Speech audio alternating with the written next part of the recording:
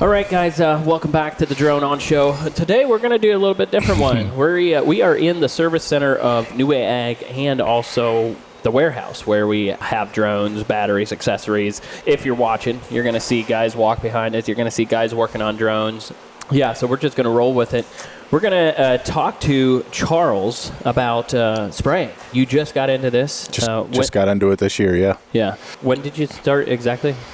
I picked the drones up here in March, I think. Okay. And it was early. Did you do mid-April? Okay. Yeah. Yeah. Okay. Let's roll with that. So we got 2 and 3. Yep. All right. Had a little microphone issue there, but we'll just hop right into it. So you got your drones in the spring. It's a little unfortunate, actually. Let's just address why you're here. Yeah. You had a couple drones go down. I had a couple drones go down yesterday.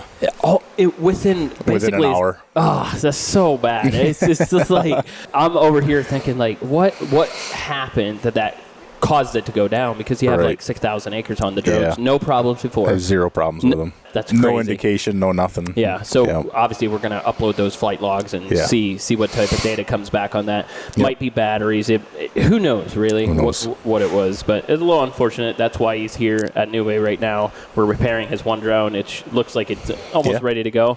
And then the second one might take a little bit longer. Might take a little bit more, yeah. She's a little twisted up. Were you going to, is it here? Yeah, it's over there, up against the. Oh, okay. Sitting next to the new one over there. Okay, you're not waiting for that one. No. Yeah. No. Yeah, got to go back. You still have acres that need to get done. Yeah. Okay. Yep. How many more acres do you have to get the season wrapped up? I don't have anything hard on the books, but I've got guys in my area that grow a lot of vegetables and stuff like that, and they are interested in the technology. Done a bunch of work for them, and I think they like what they see. So okay, you've been in farming for a long time. My whole life, yeah. Okay, so you grew up in farming. Yep. Grew up on a farm, or just worked for a farm. Both, kind of. Okay. Yeah. Okay. Yeah. Family had a farm, and things didn't pan out there. So and then I worked. I don't know, a couple other big farms in my area. Yeah. Okay. Yep. So you kind of had an in. I've talked about it on the podcast before.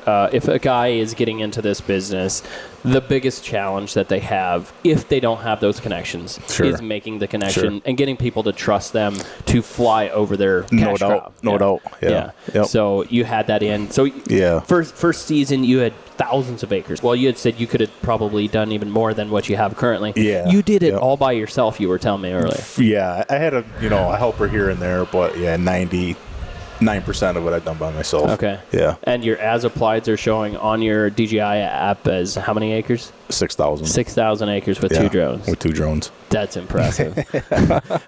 What was most of that crop? I would say most of it has been onions, actually. Oh, yeah? Huh. That's been between onions and corn, I guess, yeah. What gets sprayed on onions? So we were super wet this spring, and there's a small window to get a herbicide put on them before the onions are too big, and the herbicide will hurt the onions. Okay. And we got super wet, so Okay, so you doing herbicide with the drones. Yep. I've been really cautious doing herbicide with my drones just because you see where we're at. Oh, yeah. I mean, we got lawns, we got stuff that I don't want to touch. Yep. Are you dealing with that up there, or you got bigger, wide open fields that are, these onions are growing in? Where the onions are, there's not much around it. Okay. Yeah, it's called the Alba Mucklands. It's like, I don't know, it's 3,000 acres of land that was cleared 100 years ago. Very rich organic matter, and there's nothing down there but the fields. Yeah. Huh. Yep. It's like when I went to the drone convention, that's one thing, just talking to applicators like yourself. Yeah. It's like I didn't realize how many different things are out there that get sprayed. Right. And different areas. Like the NuWay Ag trailer, I brag on how it's the best drone spray trailer out there, and it is.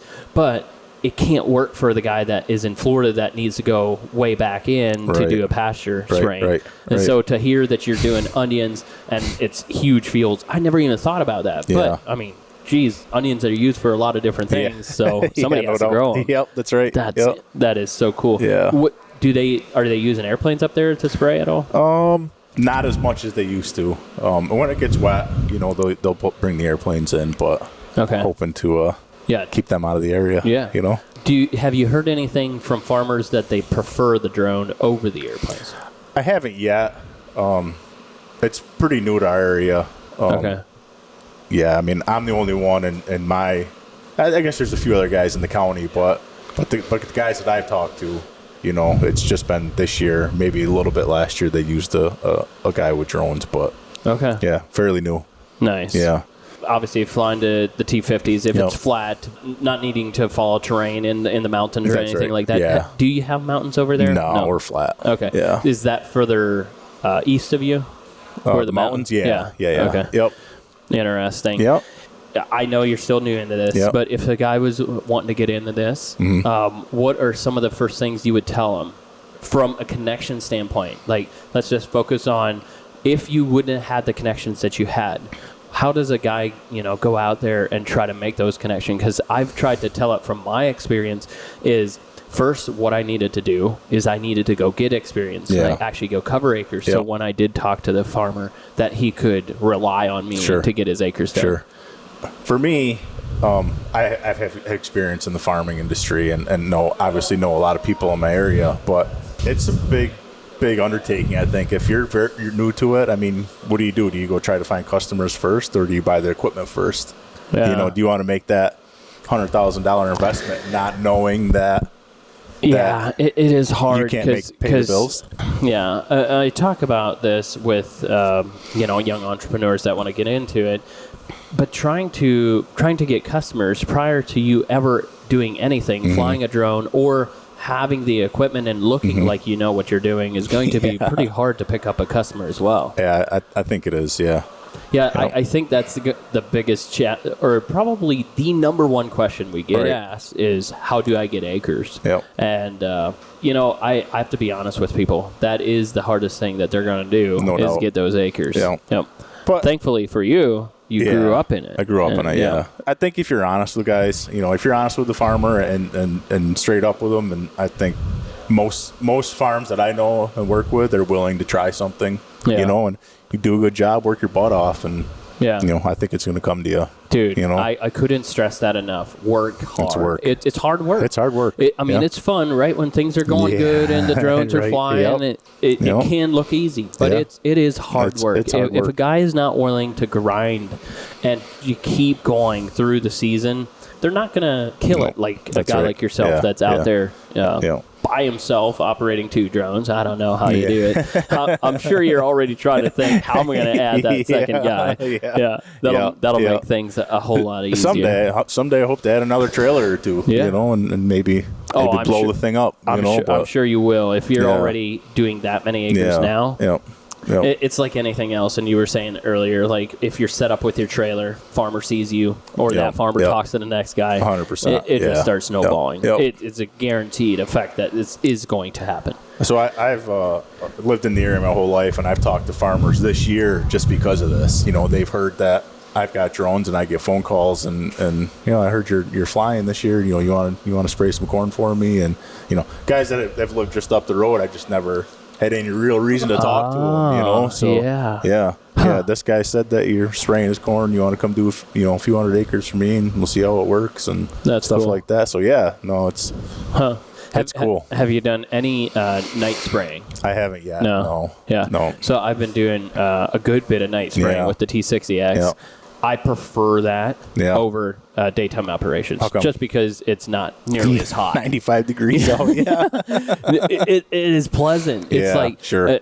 So there's a few things. Not as hot, and not nearly as many people on the road. Sure. And we did have a little bit of bug issue to start with because they all come to the lights. But it seems like after about 30 minutes or so, they figure it out and they go away. Yeah. I don't know why. Is it just because the drones are coming in and out? Yeah. But for the most part, dude, I love operating at night. And with the T60X, you have a low light camera, so everything's black and white.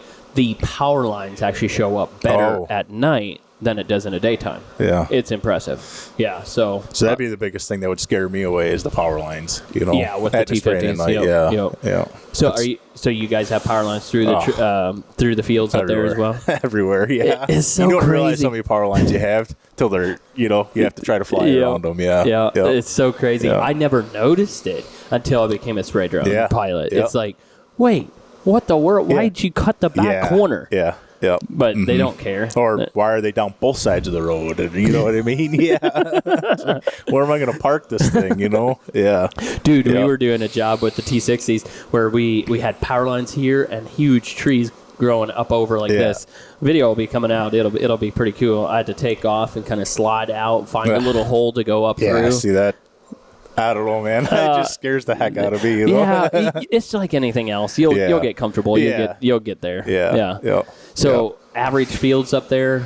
We're all over, you know. I've sprayed 200-acre fields and I've sprayed 2-acre fields. Okay. You know, a lot of trees, a lot of hedgerows. So that's challenging is getting signal, keeping signal with them. You know, trying to get around that corner where you don't have line of sight with it. Yeah. So Do you have any relays or anything like I've that? got relays on a pole. Okay. You know, but you know how that is. Only get you so far. And if I can make any money this year, maybe I'll go buy a drone and use it as a repeater. Well, I would say if a guy would do the numbers and know how many acres you've done, you're going to do all right. It's exciting to hear somebody that got into it first year and is doing that well with it. It's like, there's not even a doubt in my mind that you will be running 2 to 3 trailers. I hope so. Because I think that's what I want anyways, you know. There's days where I like just being up on the trailer by myself and, you know. Yeah, there's definitely times when it's like, you don't have to answer. You don't have to rely on anybody else. You know. Yeah. That's a struggle too. But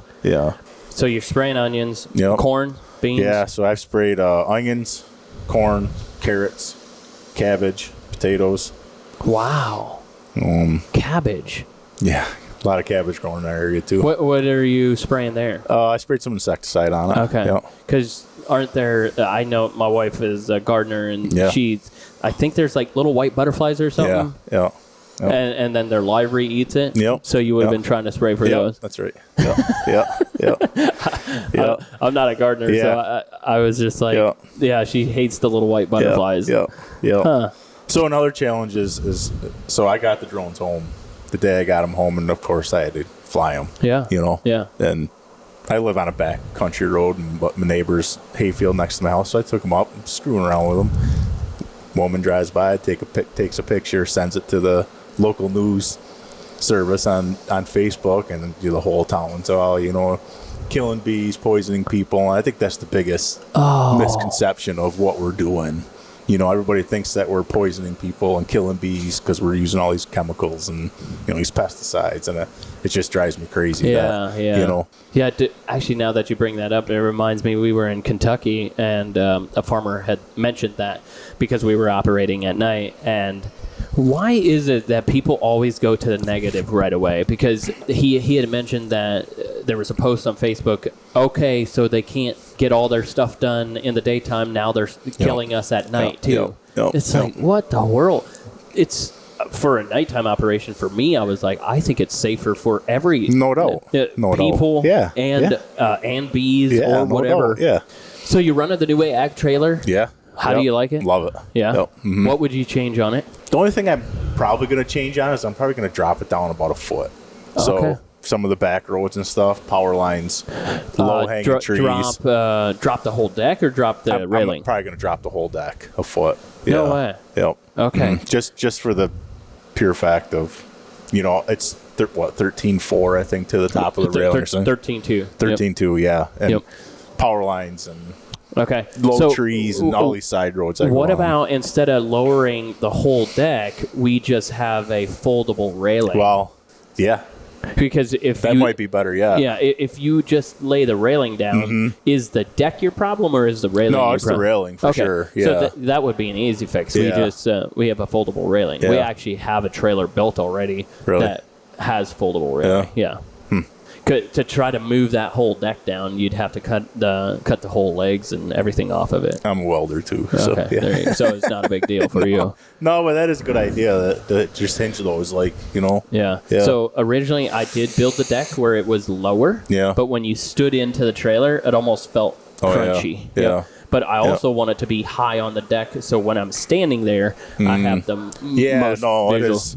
And everybody says, God, that thing is enormous. Why are you so big? I'm like, you don't know what it's like. Yeah. It's really nice to be up that high and to see what you're doing. Yeah. So the folding railing is definitely something we're working on. That I'm hoping that all the NuWay trailers going forward will have that. But But no, other than that, I mean, it's. What about the plumbing? Guys say it's a bit confusing of how the plumbing works. See, I've been around this stuff my whole life. Okay. You know. Yeah. I usually just tell guys, just take 5 minutes. Yeah, just look at it. Yeah, take 5 minutes and look. Yeah, it's pretty simple for me. But open this handle, it goes there. Close this handle. Yep. The only thing I did was I cracked the manifold, and I had a stainless steel one built. Okay. You know. How'd you crack that? I don't know. I don't know if I pulled the valve too much to get pressure up top. You know, and it just put a little split in it. Yeah, because I think that's all Schedule 40. Yeah. I think. Yep. Yeah. Yep. But that's a valid point too. I was looking at maybe building that manifold out of a different product. Yeah. Stainless steel would be a good idea. Yeah. We actually have a whole nother system that we're working on. We can't talk about, but that would be a good idea. Maybe to do that. The 1,000 gallons. Do you feel like 1,000 gallons is enough? It is. Okay. For me, it is. Yeah. For sure, one guy. Dude, your batteries it's swapping. nonstop. Yeah, you mean it's nonstop. You know? Yeah, the only time where I think it's nice to have somebody is when you got to mix another batch. Yeah, you know. Oh, so are you actually using 170 gallon? It's 175 all the time. Yeah. So, okay, so you're not really hot loading into. No, I'm using so many different mixes with a lot of this stuff that it's much easier for me just to manage the 175 for cleaning out. And the other thing is once you know how to mix, it's actually not that hard. And it's fast. With that 2-inch pump, I mean, transfer water over is no big deal. Yeah. Because I've had guys tell me that too. It's like you mix so many different times. But honestly, dude, we were running a T60X and I had, of course, another pilot with me. When we ran out, I was able to go down, get mixed up within 2 minutes. I don't know if I should say this, but that's what I can usually get another mixed up when 2 drones are in the air. Wow, yeah, that is impressive. I bring both remotes and set them on the stairs so I can just monitor them from there. And that is impressive. It doesn't always work out. Sometimes I gotta hurry up and land them. But that is so cool. Yeah. So, what type of goals do you have for your NuWay rig or just the whole business? Do you have an acres goal? Do you have a... So I actually set an acre goal at 5,000 acres because I just didn't know this year. And I smoked it. Yeah. And, I've got acres to spray when I get home too. And I think it's going to carry into the fall quite a bit with some of these vegetable guys too. So good for you, dude. Yep. Are there pumpkins up there? Yeah. Oh, yeah. Mm-hmm. Is that something that would get sprayed this time of the year or is that already... Oh, yeah. Yeah, they're spraying them this time of the year. Okay. Yep. Mm-hmm. Yeah, we just don't have specialty crops like that around here. Obviously, it's because of your dirt or what? Yeah, I think so. Yeah, our climate. We're right in between Lake Erie and Lake Ontario, so normally we're dry out there right now, but normally we get sufficient amount of rainfall and we got pretty good dirt. Yeah, that's interesting. Yep. I should come up and run with you for a day just to. Yeah. I mean, people get tired of seeing corn. They get tired of seeing pastures. It's like let's go do some onions or let's go do some cabbage. That'd be great. Yep. Let me know when you have a decent job coming up where it is something like that. Sure. And we'll see if we can run up there. Maybe cruise the airplane up there. Probably teach me how to do something. So I mean, you cover 6,000 acres. Yeah. I don't know what. I mean, I'm sure you've figured out some things on your own already. Oh yeah, like where you could run efficiently here or there, cut for corners. Sure. For sure. Yep. Nice. Yep. Are you a deer hunter? Oh, I love it. Yep. Oh yeah. Mm-hmm. Do you have any thermal drones up there? No. Let's talk. Well, as everybody says, what are you going to do in the off season? And I'm like, well, there is this thing that maybe during hunting season I can pick up a few. Yeah, with the M14 now, the cost of getting in, it's even less than what it was just a year ago. Yeah. It's pretty crazy. Yeah. And New York's, people don't know this, but there's some good deer up there. There's some good deer up there, yeah. Or do you do archery hunting? Or I used to, but working on a farm, I didn't have a ton of time that time of the year to archery hunt. But maybe I can get back into it now. Yeah. Do you come across farms that have a lot of deer damage? Yeah. It's a real problem around us. Down here, I think they get crop damage permits. Yep. Do guys do that? Do it up there too. Nuisance permits they call them. Okay. Yeah. Yep. Yeah, some guys like that, others don't. But guys that are trophy hunting, they hate that stuff. But I get it. I mean, these farmers put these crops out. It's a cash crop, and if it gets damaged, it's a problem. It is a problem. It's a problem. What about cover crop? Do you guys do cover crop up there? Yeah. So I actually just got a call the other day about a guy who wants me to do 1,000 acres of cover crop for him. Oh, nice. Yeah, but I don't know. I've only got one spreader box right now. And that's going to be... we're working on a system to try to make granule applications easier and efficient because it's just that there hasn't been a good way to do that with the drones. I think the drones are totally capable of doing it. Guys look at it like, well, I can't do fertilizer at 300 pounds to the acre. Yeah, that's maybe a little heavy, but there's seed jobs that we can... And the thing with doing granule applications, oftentimes it gets the load off faster. Sure. And you can do 3 loads, like in and out, with one battery. Quicker, with one battery. Yeah. So I do think once we get that the dry system figured out, guys will be able to run efficiently. And then we'll see a whole nother market open up. No doubt. Just like, obviously spraying to start with. So here in Ohio, the USDA offers a certain program to farmers. Would that be the same up there? Yep, I got the same programs up on us too, I actually did a little bit of cover crop down the road already, cereal ryegrass. Guy was concerned about if the product would get down through the corn. Totally got to the ground. But there were a couple seeds that got stuck in the leaves of the corn. But then literally like a week and a half later, he sent me a picture of it already growing inside in there. So cover crop could be something for you as well that might come up. Carry into the fall a little bit longer. And Interesting. Yeah, honestly, I think the sky's the limit for these things. I don't know. Just they're getting bigger and faster, and I'm pretty excited for them. I think it's the future of. Oh, for sure. I mean, guys try to say that no, it's not going to do it, but I mean, come on, look where it's gone in 10 years. So I'm spraying these vegetables, and guys are using ground rigs. They're driving down that road track every week. Well, that product, the onions, the cabbage, the potatoes, whatever it is, grows every week. So every week that is getting bigger, and the more and more you're running over every week. So didn't even think of that. Tell these guys, I come in and I'm there and gone. You don't even know if I've been there or not. So won't get into the whole compaction thing and all that with these, but I think there's a lot of value to them. I think a lot of guys up around our area are starting to see it. So how the state of New York, are there specific rules? Are they? I think New York's pretty strict on like pesticides and stuff. It's New York. It feels like whatever happens in the city goes through the whole state. And it's like the city controls the whole state. I wish they could divide us, figure out how to divide it. Just border that thing out. That's interesting.